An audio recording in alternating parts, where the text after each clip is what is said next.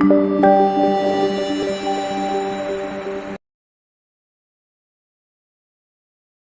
cometidas en su medio. Bien, mis hermanos, este es el primer texto y lo quiero poner en contexto. Estamos en el año 800 a.C. y acá nos vamos a centrar en el norte de Israel, una época de prosperidad bajo Jeroboam II. Hay riqueza, hay extravagancia inclusive, pero también hay injusticia social. Ellos están muy contentos, muy felices, muy estables, dicen, estamos en el tiempo de prosperidad de Israel, pero su parte interior, su corazón, estaba totalmente corrompido. Entonces había una apariencia religiosa, pero una corrupción moral profunda. En este contexto Dios levanta a Amós, un profeta del sur, de Judá, para denunciar y advertir el juicio, y esto es lo que veníamos viendo. En cuanto a esta sección, son los oráculos contra Israel. Vamos a ver acusaciones, juicio y destrucción. El énfasis va a ser el pecado expuesto públicamente y el juicio que es inevitable. Y así, mis hermanos, vamos a analizar este texto que acabamos de leer. El texto decía: proclamad en los palacios de Ador y en los palacios de la tierra de Egipto, y decid, reunidos sobre los montes de Samaria, y ved muchas opresiones en medio de ella, y las violencias cometidas en su medio. Y acá voy a hacer énfasis en la primera palabra, que es proclamar. Dios va a llamar a las naciones vecinas a que estén atentas a lo que Él va a hacer. Le va a decir, convóquense, en otras palabras, algo así como, si pudieran estar Egipto, los asirios, los sirios, todos encima del monte de Samaria, quédense ahí como expectantes, ¿no? Porque ahora yo voy a hacer algo con mi pueblo, y esto lo voy a castigar. Ustedes contemplen desde ahí lo que yo voy a hacer. Eso es lo que dice el Señor. Vengan y vean las opresiones. Él va a decir, no estoy siendo injusto. Ahora van a ver las cosas que ellos hacen y las cuales ustedes también conocen, porque de hecho ellos también sabían las cosas que hacía el pueblo de Israel. Y se sorprendían, ¿no? Siendo claramente paganos. Entonces él va a decir, miren esto. ¿Por qué? Porque el pecado ya es visible, es estructural y escandaloso. Entonces, Israel había pedido la vergüenza y el pecado se había convertido en un sistema. A tal punto fue la introducción de ellos en la maldad, que el pecado se había puesto parte de un sistema. Ya no era simplemente que una persona pecaba, sino que todo el mundo lo hacía y era justificado y estaba bien. O sea, ser ciudadano de Israel significaba pecar de una forma extravagante. Entonces, a veces, en esta parte, Dios podemos decir que nosotros, o la iglesia, que Dios nos libre, ¿no?, de pecar de cierta forma, a tal punto de que nadie nos exhorte y que no nos dejemos exhortar, porque Dios va a hacer esto muchas veces, va a permitir que otros vean y va a ir exponiendo nuestro pecado, porque si nosotros no nos arrepentimos y si no dejamos que esas exhortaciones de nuestros hermanos den cabida a nuestro corazón, Dios en algún momento va a actuar. Y esto es lo que iba a pasar después. El problema entonces no es solo lo que se ve afuera, sino es lo que pasa dentro del corazón. Y ahora vamos a ver esa corrupción que está en el versículo siguiente. Y dice la palabra del Señor, no saben hacer lo recto, dice Jehová, atesorando rapiña y despojo en sus palacios. Esta palabra es no saben, significa no simplemente una información, sino no conocen, no disciernen, no practican. Acá no está hablando en sí, el texto de Amós no va a diferir entre un regenerado o no, porque puede que esta gran masa de población, y ya lo he dicho en otras prédicas, haya habido algún creyente en muy mal estado y después personas no creyentes. Pero acá lo que va a hacer énfasis el texto sobre todo es describir su realidad práctica, su praxis. Dice, ¿qué hacen? Ellos no saben hacer lo bueno. ¿Por qué? Porque no reconocen el mal, no disciernen y por ende no practican. Y lo importante de acá es que ellos guardan, y esto es lo que dice, ellos atesoran rapiña y despojo. ¿Qué es esto? Es guardar cuidadosamente algo. Y esto algo es lo malo, que es rapiña y despojo. Y esta palabra ofrim, que es guardar cuidadosamente, tiene la idea de guardar provisiones. Yo recuerdo, por ejemplo, ustedes también se acuerdan, momentos muy difíciles en el 2020, 2021, pero más que todo 2020, yo recuerdo que enero, sí, fue enero del 2020 en que se declara más o menos la pandemia, ¿no? Y yo recuerdo volver del trabajo y todo el mundo al súper. Yo vi que estaba todo el mundo en el súper aprovechando, dice, llenaban los carritos porque no sabían qué iba a pasar y todo se estoqueaba. Bueno, ese sentido tiene esta palabra, es guardar provisiones cuidadosamente. ¿Sí? Es decir, quiero atesorar esto porque es muy preciado. Esto es lo que ellos hacían con el despojo. Esto es lo que ellos hacían con la violencia, con la rapiña. Ellos dicen, voy a guardar violencia porque me sirve. Para poder navegar en este mundo donde toda la estructura es mala, yo necesito incorporar maldad. Entonces, acá hay también una relación de causa-consecuencia. No saben hacer lo correcto porque guardaron lo malo. Al guardar el mal, dejas de hacer el bien. No se pueden unir las dos cosas. O hacemos una otra, o hacemos otra cosa. Como dice el Señor, no pueden ser nosotros señores de una misma persona. O es Cristo el Señor nuestro, o son las riquezas. ¿No? Y acá está el problema. Israel no llegó de golpe a ese estado.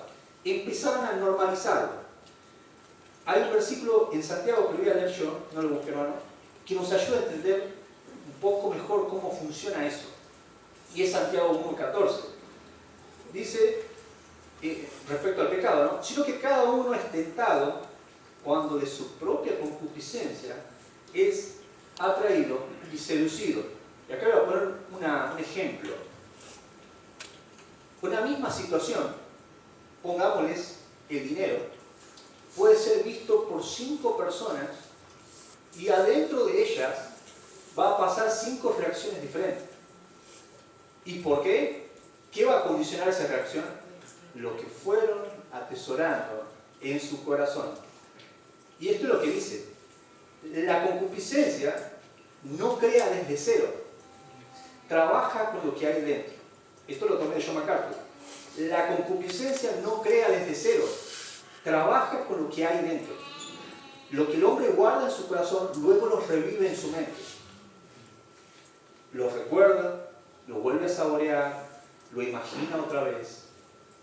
Cada vez que nosotros decimos, bueno, estos pecados sí voy a mortificar y estos no, esto lo voy a guardar más adelante, eso se va guardando en el corazón.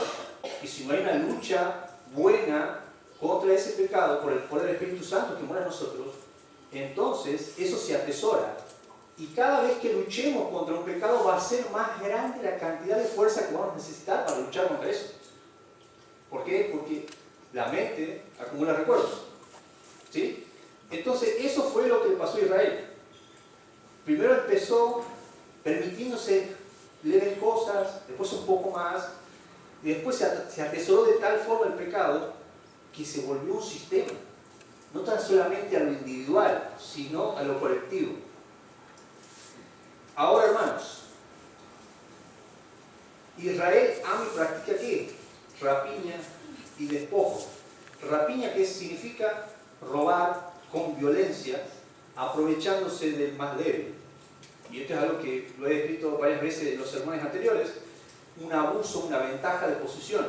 Personas tenían una ventaja por estatus o por algún orden por encima de otra, y eso usaban para aprovecharse a lo que más no podían del otro, a tal punto que había personas que vivían en extravagancia, y después lo vamos a ver, y había personas que no llegaban a comprar un poco de grano para poder hacer una pequeña tortilla. Entonces, así vivía Israel. Y acá está la segunda palabra, que es despojo. Ellos quitan y arruinan económicamente o materialmente a alguien por corrupción. Recordemos también las causas de los jueces, recordemos las causas en las cuales muchos se adueñaron de otras parcelas a nota de juez, ¿sí? Cuando hacían caso omiso a la verdad y daban al que tenía más dinero o al que era más grande o al que tenía más poder el derecho sobre esa parcela. Ahora, hermanos, en una iglesia puede pasar esto y sí, puede seguir activa, pero si hay pecado tolerado y sin discernimiento, esto es extremadamente peligroso. Dios siempre va a exponer el corazón. Como expuso acá a Israel, Dios siempre va a exponer el corazón. Como decía otro predicador conocido, nunca puedes poner y dejar la tapa encima de la olla. Siempre se va a escapar. En algún momento va a pasar. Entonces, Dios le importa el corazón. ¿Por qué? Porque si somos hijos de Él, se va a asegurar que ese pecado salga para que lo podamos ver. Porque a Él no le importa lo exterior, le importa la praxis interna de cada uno de nosotros. Así que, hermanos, cuando el pecado llega a ese nivel, el juicio ya no es una posibilidad, sino es una realidad. Y eso va a decir el versículo 11 y 12. Y vamos con el 11. Y dice, por tanto Jehová, el Señor, ha dicho así: un enemigo vendrá por todos lados de la tierra y derribará tu fortaleza y tus palacios serán saqueados. Acá la idea es un enemigo que es el reino asirio. No es en sí el enemigo, sino es Dios obrando por medio de ese enemigo. ¿Y cómo lo iba a hacer? Dios pensaba hacer esto derribando cada una de las patitas en las cuales se apoyaba Israel. La silla que se apoya Israel, Dios va destruyendo una patita primero, la otra y la otra. Este proceso en el cual Dios iba a sacar a Israel su confianza dura más o menos 3 años. Primero empieza en el norte, ¿sí? Ustedes recuerdan más o menos que estaba el reino del norte y del sur. Por el norte, por Samaria, empieza a infiltrarse el reino asirio. Toma una ciudad, después otra, después ellos muy inteligentes bloquean la ruta de comercio. Eso produce una crisis económica. Después de eso empieza la deportación. 27.000 personas, según un historiador, eran saqueadas, eran tomadas por el pueblo asirio y eran puestas en servidumbre. Después comenzó la hambruna y entonces esta fue la nueva realidad de Israel. Entonces Dios no derribó a Israel de un solo golpe, fue de a poco, lo fue asfixiando. ¿El problema cuál era? Que Israel se sentía seguro. Y ahí es cuando Dios interviene. El problema es cuando nuestra percepción, así como al gas ya no la percibimos, decimos, estoy seguro, estoy bien acá. Y el Señor nos va a ir mostrando que no estamos bien, que hay ciertas cosas que atesoramos, que hay ciertos conceptos nuevos que empezamos a armar en nuestra cabeza que no tienen nada que ver con la palabra, debido al atesoramiento de cosas que a Dios no le agradan. Entonces Él se va a asegurar de que esa seguridad que tenemos en ese momento, en esas cosas que no son Él, sean sacadas de nuestra vida. Dios quería destruir esa seguridad falsa y Dios quería atacar sin dejar un punto débil. Él muchas veces va a exponer con humillación cada una de las cosas que estamos haciendo mal. Es así, no es crueldad de Dios, es bondad de Dios. Él es bueno, Él nos ama. Y si Él quiere que nosotros saquemos un pecado, nos arrepintamos, realmente combatamos contra todos esos pecados, Él va a exponer eso. Y Él necesita que nosotros nos humillemos.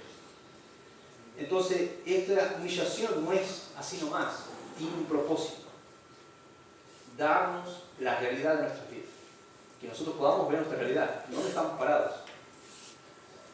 Así, mi hermano, vamos al versículo número 12 y dice: así ha dicho Jehová, de la manera que el pastor libra de la boca del león 2 piernas o la punta de una oreja, así escaparán los hijos de Israel que moran en Samaria, en el rincón de una cama y el lado de un lecho. Respecto a esto, Juan Calvino dice: así como el león es tan rapaz y fue tan rapaz como con una oveja, así va a ser el imperio asirio con Israel. Israel no iba a poder hacer absolutamente nada ese día.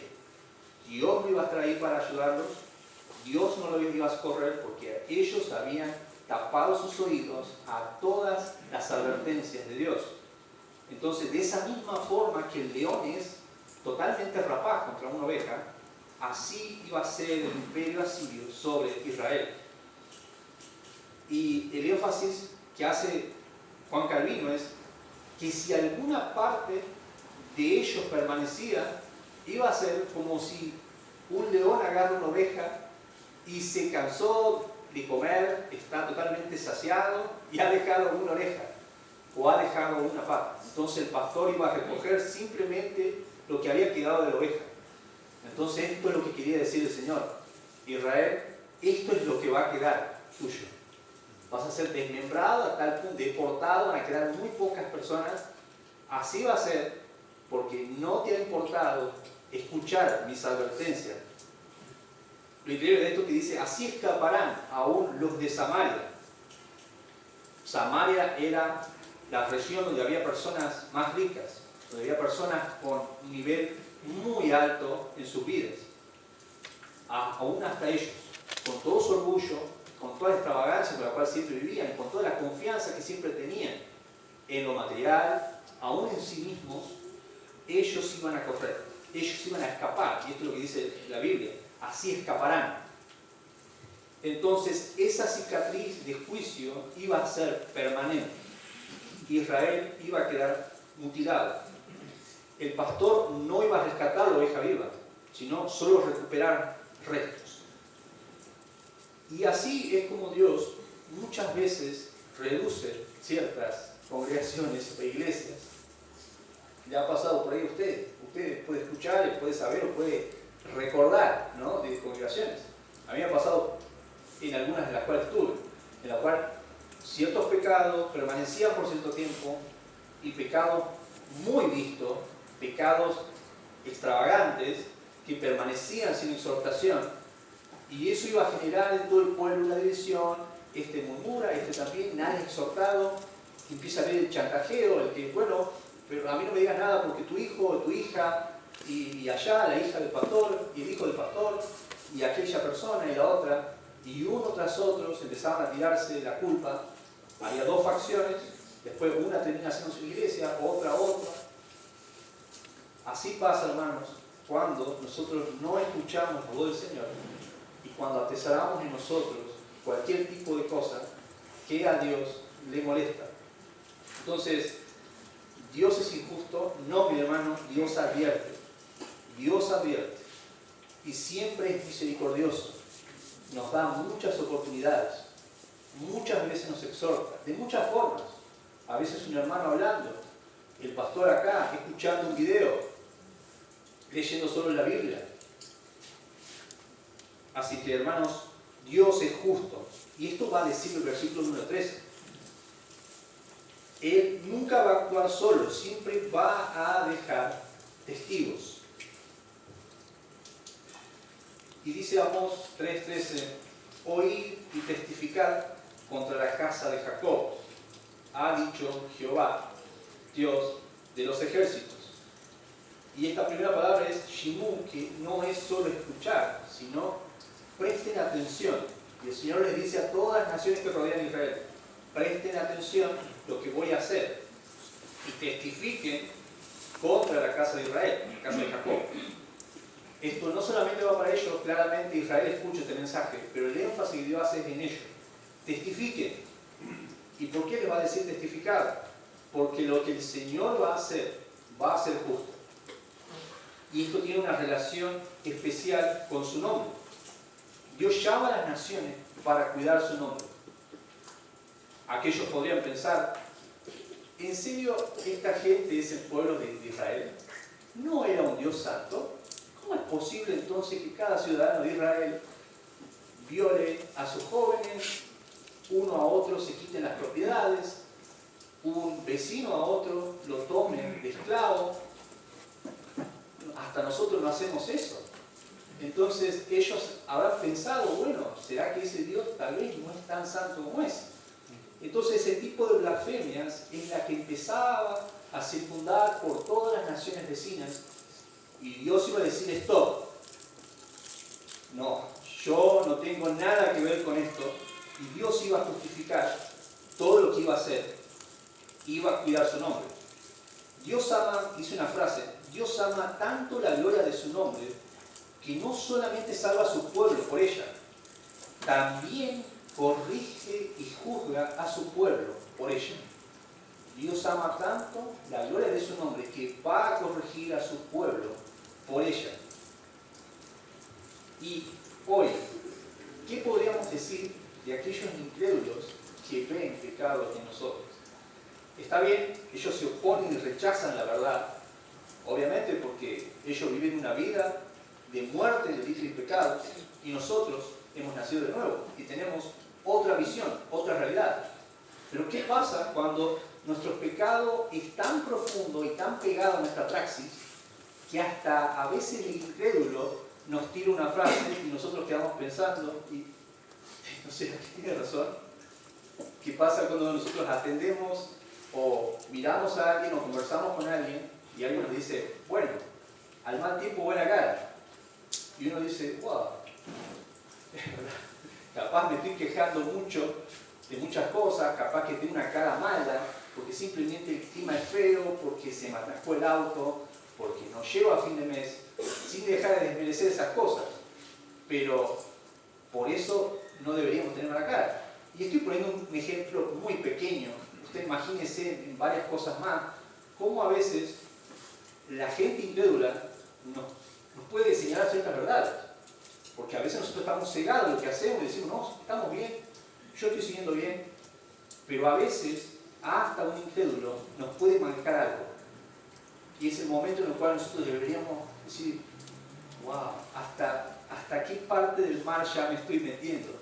Capaz que imagino que estoy hasta las rodillas, pero realmente estoy acá. Entonces, hermanos, esta es una sana exhortación que hace el texto para que nosotros nos demos cuenta que la verdad aún también puede venir de ellos. No tal vez que la den, sino que providencialmente Dios permite que hasta un burro hable y nos haga entender. Entonces, dice acá una frase, es grave cuando el mundo rechaza la verdad, pero también es grave cuando el mundo ve en la iglesia pecados que la iglesia ya dejó de ver. Entonces acá el Señor establece un testimonio y ahora va a señalar exactamente qué es lo que va a juzgar. Así que ahora, hermanos, vayamos al versículo 14 y 15. Y Dios acá va a señalar por qué va a destruir Israel. Y va a señalar dos cosas. Una religión falsa y después una falsa seguridad. Y dice el versículo 14 que el día que castigue las rebeliones de Israel, castigaré también los altares de Betel, y serán cortados de la tierra los cuernos del altar, y caerán a tierra. Y heriré la casa de invierno con la casa de verano, y las casas de marfil perecerán, y muchas casas serán arruinadas, dice Jehová. Y en la primera parte, acá dice que el día que castigue las rebeliones de Israel. Acá el Señor nos está diciendo que esas rebeliones eran literalmente en contra de su voluntad, eran a sabiendas. Ellos conocían la verdad y voluntariamente contradecían esa verdad. Por eso el Señor dice rebeliones de Israel. Y ahora voy a explicar esto de los altares de Betel. ¿Y por qué es tan importante esto? Porque, no sé si usted se acuerda, hace unas prédicas anteriores, había explicado que el reino del norte, que era Israel, ellos debían siempre, 3 veces por año, todos los varones de cada familia bajar hacia el sur, a adorar en Judá. ¿Y en qué parte de Judá? En el templo de Salomón. No era en cualquier parte, era solamente en Judá, solamente en el templo de Salomón. Y esto es lo que Dios había dictaminado en Éxodo, que era la forma correcta de adorar. Entonces, 3 veces por año, todos los varones debían bajar de Israel hacia Judá. ¿Qué pasó con esto? Jeroboam dijo que tenía mucho de perder el reino. Él dijo, bueno, si bajan todos los hombres 3 veces por año, y encuentra la ciudad linda, y le empieza a gustar el templo, y empieza a haber una hermandad nueva entre Israel y Judá, entonces puede pasar que en algún momento todo Israel proclame que le gustaría de nuevo unirse con Judá. Entonces yo voy a ser sacado del reinado. Entonces ese fue el motivo principal por el cual él construyó 2 altares, uno en Dan y el otro en Betel. No solo eso, que estaba prohibido por la ley, era además que él puso sacerdotes que no eran levitas a administrar esos lugares. Se afundó el pecado, hizo templos que no tenía que hacer y puso a hombres que no eran levitas a ser de levitas. ¿Por qué los puso? Porque él claramente les había propuesto a muchos sacerdotes levitas que se quedaran en esos altares nuevos y en esos templos, y ellos han dicho no vamos a cometer tal pecado delante de Dios. Entonces él tuvo que levantar personas, sobornar, y que se queden ahí, en esos lugares. Y no solo eso, sino que también levantó becerros de oro en esos lugares. No sé si ustedes recuerdan. Levantó becerros y levantó nuevos levitas según él. Y esto obedecía no solamente a un tema político, sino también se dice, la historia lo dice, a un tema económico. Porque cada vez que la mitad de la población, porque era así, si todos los hombres, cada 3 veces por año, cada año, venían al sur, la mitad de Israel iba a quedarse en su casa y la mitad iba a venir al sur. Eso significaba un gran movimiento económico. Y además un gran movimiento en ofrendas. Todo ese dinero iba solamente a Judá. Y Jeroboam decía, no me conviene. Voy a poner 2 altares y 2 templos en Dan y Betel, que estaban al norte, y ahí también voy a sustraer de alguna forma algo. Y usted puede analizar, claro, es imposible que el rey no aprenda de toda la nación una maldad, ¿no? Esta gran maldad estaba caracterizada por un sistema corrupto y todos pensaban así y todo les parecía bien esto. E increíblemente, por todo esto, Dios iba a jugar a Israel, porque principalmente ellos habían despreciado la palabra de Dios y se habían olvidado de lo que Dios había dicho, porque Dios había dicho que ellos no teman al bajar a Judá, porque dice Éxodo que el Señor les prometió que nadie iba a codiciar sus viviendas. Si ellos dejaban a sus esposas en la ciudad y se iban a la fiesta de la Pascua, la de Pentecostés y las otras, y bajaban y dejaban sus casas solas con sus esposas, nadie iba a codiciar sus aldeas en ese lapso de tiempo. Esta es una promesa increíble de Dios. Dios le da la garantía a todos ellos, aún al mismo rey, de que nada iba a pasar. Pero ellos eligieron confiar en lo que ellos codiciaban y olvidarse y no confiar en Dios y olvidarse en su palabra. Entonces, acá hay algo importante que va a marcar el profeta. Y dice así, y serán cortados los cuernos del altar y caerán a tierra. ¿Qué significan estos cuernos del altar?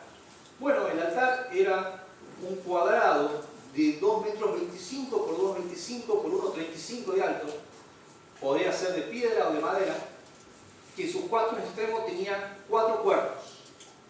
Esos cuernos durante el sacrificio, cuando había sido expuesto ya el sacrificio y la expiación estaba hecha, se untaba la sangre del sacrificio y se ponía en cada uno de esos cuernos.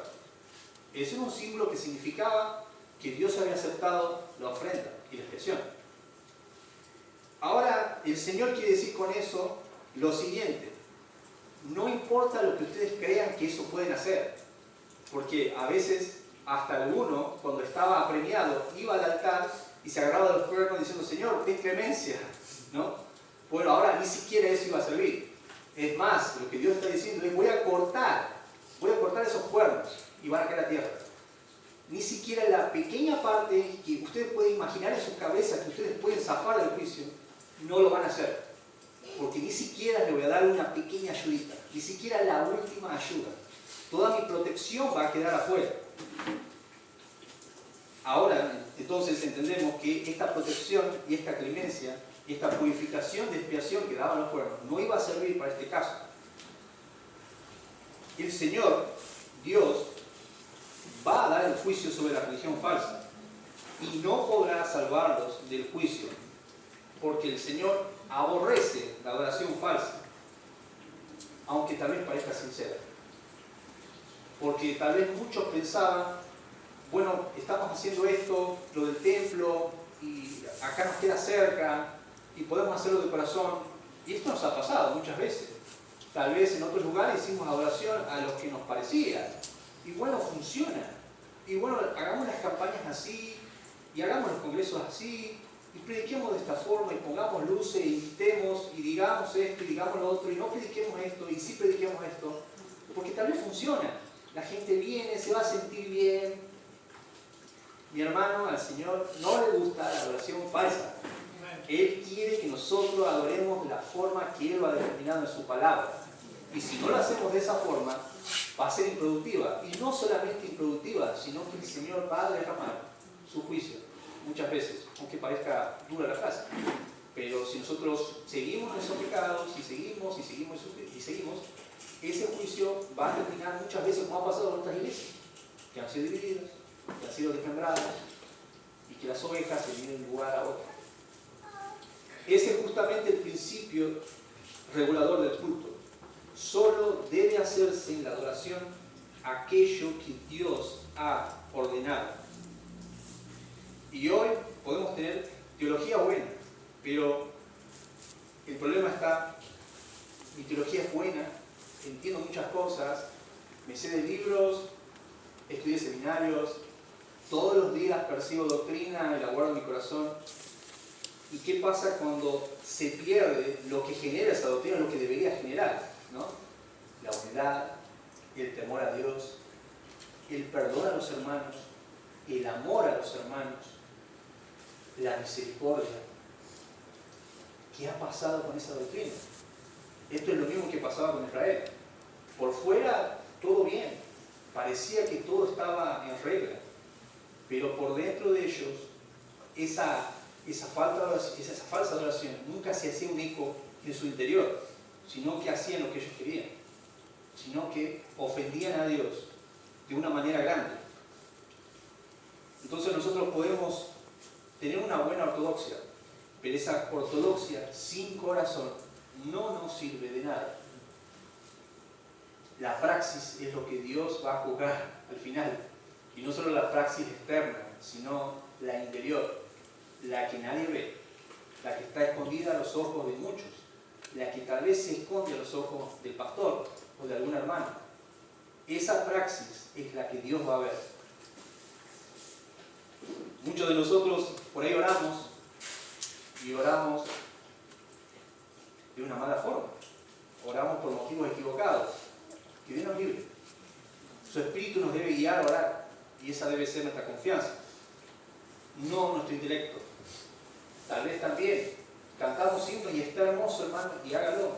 Es hermoso cantar himnos, pero cántelo de la forma correcta, de la forma en la cual es adoración al Señor, concentrándose en sus letras, teniéndolo cada palabra que usted lee en el himno como un recuerdo del sacrificio del Señor, con un respeto al cual el Señor se merece.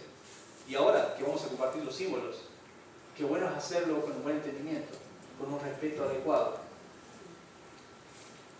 Y ahora el Señor también iba a destruir la falsa seguridad material de Israel.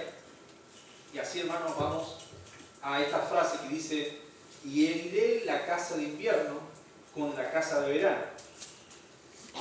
Y esto era literalmente, así como usted lo lee, un lujo aristocrático, una riqueza extrema.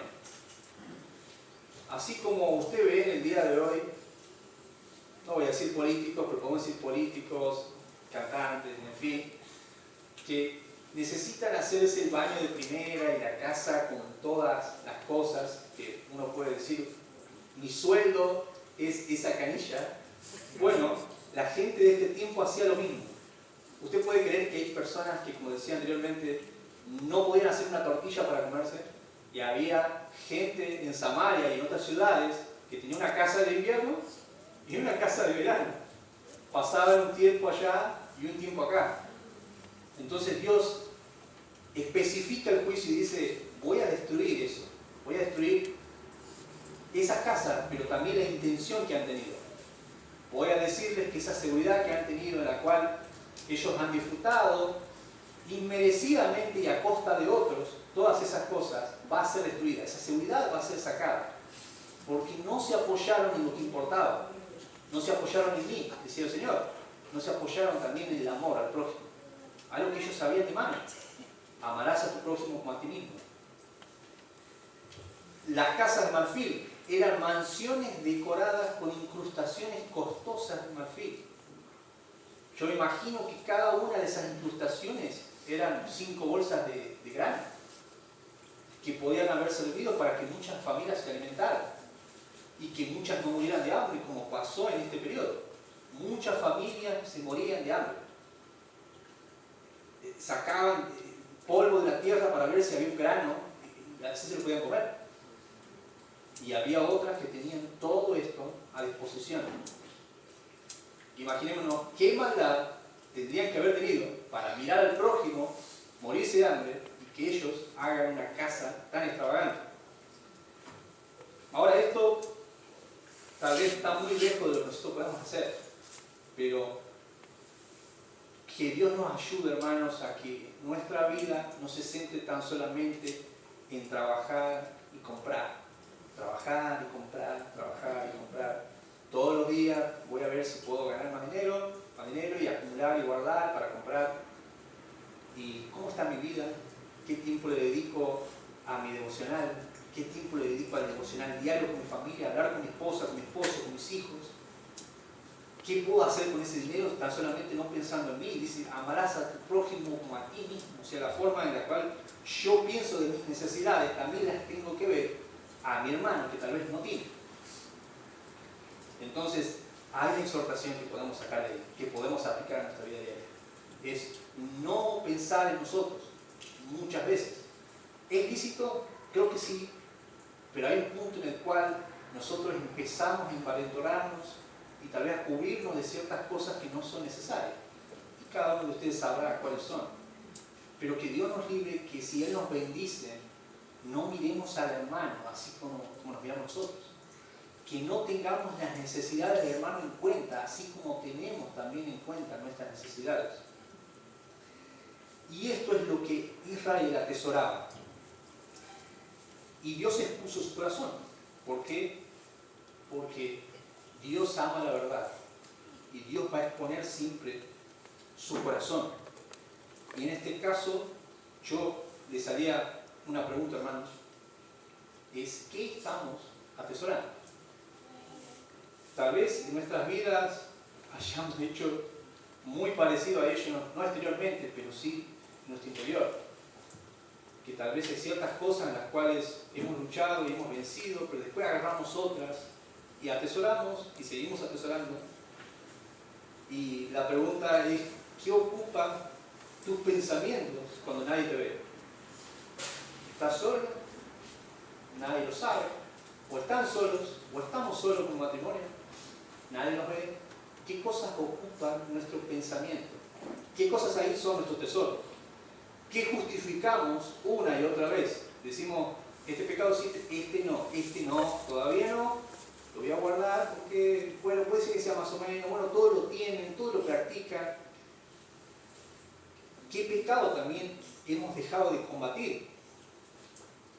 Combatimos pecados y ahora de repente lo dejamos en stand-by. Total, nadie lo ve.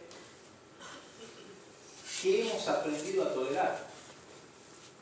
Cosas que antes decíamos, eso no está bien, y de repente y con el tiempo han ido cambiando nuestras visiones respecto a eso, y entonces dejamos que ese pecado siga estando ahí. Total, nuevamente, nadie lo ve. ¿Dónde estamos realmente parados en cuanto a la seguridad? ¿Cuál es nuestra seguridad? Porque aquí hay una relación siempre muy estrecha. ¿Qué es mi tesoro? ¿Qué es mi seguridad? Si atesoras algo, es porque eso te da seguridad. ¿Por qué simplemente no tenemos a Cristo como tesoro? ¿Por qué sus palabras no son nuestro tesoro? ¿Será entonces que a veces tenemos una cuota de incredulidad? Que Dios nos libre de esto, hermanos. Hay un concepto que dice: solo permanece aquello que está escondido en Cristo. Solamente, y esto es un texto bíblico, que todos los que creemos en el Señor vamos a permanecer. ¿Sí? Permaneceremos para siempre cuando nuestros pensamientos atesorados, su palabra, lo que Él nos habla, su evangelio, estén en nuestro corazón y sean un especial tesoro. Solo ahí seremos capaces de vivir una vida abundante en Él. Entonces, mi hermano y mi amigo, ¿qué hemos atesorado hasta el día de hoy? Hoy es una hermosa mañana para que vengamos a Él en arrepentimiento y fe. Porque hay un Cristo que ha podido cumplir lo que no pudo cumplir Israel, lo que no pudimos cumplir nosotros. Hay un Cristo que pudo cumplir una perfecta justicia. Hay un Cristo también que pagó por todos nuestros pecados, por todos. Él fue castigado por el Padre, por cada uno de nuestros pecados. Entonces, si Cristo es mi tesoro, no quiero seguir atesorando aquello que destruye mi comunión con Él. ¿Usted ama estar bien con Cristo? Yo me imagino que sí. Entonces, destruya en su corazón todo aquello que aleja esa comunión con Él. Destrúyalo, mi hermano, por el poder del Espíritu Santo. Destruya, mi hermano. Les voy a pedir, hermanos, que me acompañen y se pongan de pie y vamos a orar. Amado Padre de la gloria,